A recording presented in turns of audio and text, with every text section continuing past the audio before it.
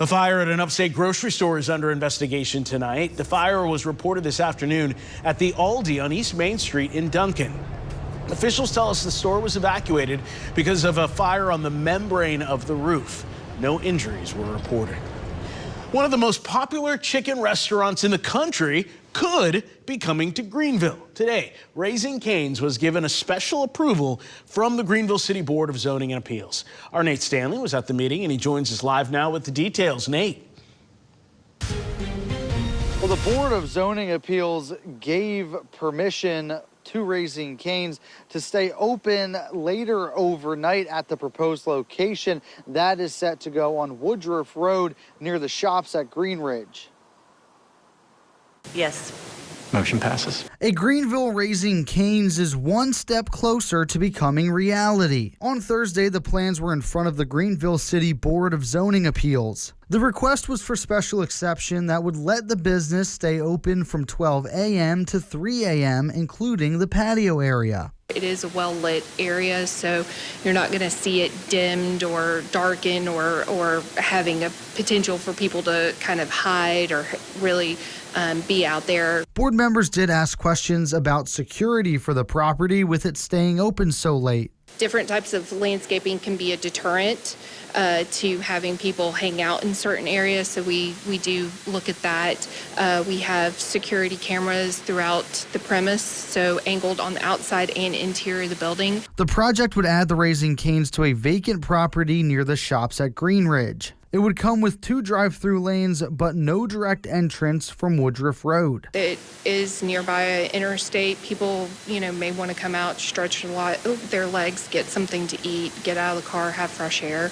I mean, it is South Carolina. You guys have pretty great weather, quite a few months out of the year. The approval did come with another caveat that in the case of a city staff or police incident, the restaurant would need to add a security officer between the hours of 12 and 3 a.m. We do try to pride ourselves on having, being open late to provide other food opportunities to some of the late night workers, especially city workers, third shift, etc.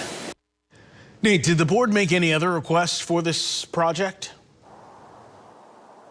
Well, they did. The board requested that Raising Cane's adds a fence or some sort of landscaping around that patio area, especially around the drive-through, just to make sure that nobody possibly stumbles and runs the risk of being hit by a car in that drive-through. I also spoke with the Raising Cane's representatives after the meeting.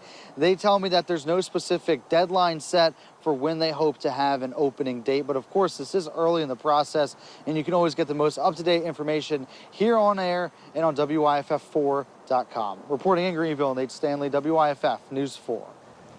All right, Nate, thank you very much. Turning to our weather now, meteorologist Bradford Ambrose is in for Chris tonight. And Bradford, after a nice day, a warm-up is on the way. Yeah, we're going to go from spring today to summer on the weekend, and then really hot heading into next week. We've got a little bit of everything on the way. All right, satellite radar picture out there tonight. High pressure still well in control, and so that means we're all quiet heading into the overnight hours, and it's a little bit on the chilly side already in some of our hometowns. 48 currently in Asheville. It's 45 in Pickens right now. 48 in Spartanburg.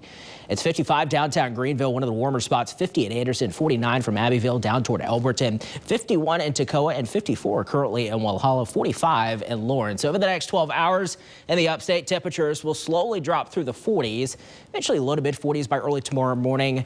Calming winds overnight and into the mountains here. Temperatures slowly dropping through the 40s, eventually into the mid to upper 30s to near 40 into western North Carolina, low to mid 40s for much of the upstate and northeast Georgia. I can't rule out some patchy frost overnight, but we are tracking that significant warm up heading into the upcoming weekend. We'll have a full look at that weekend forecast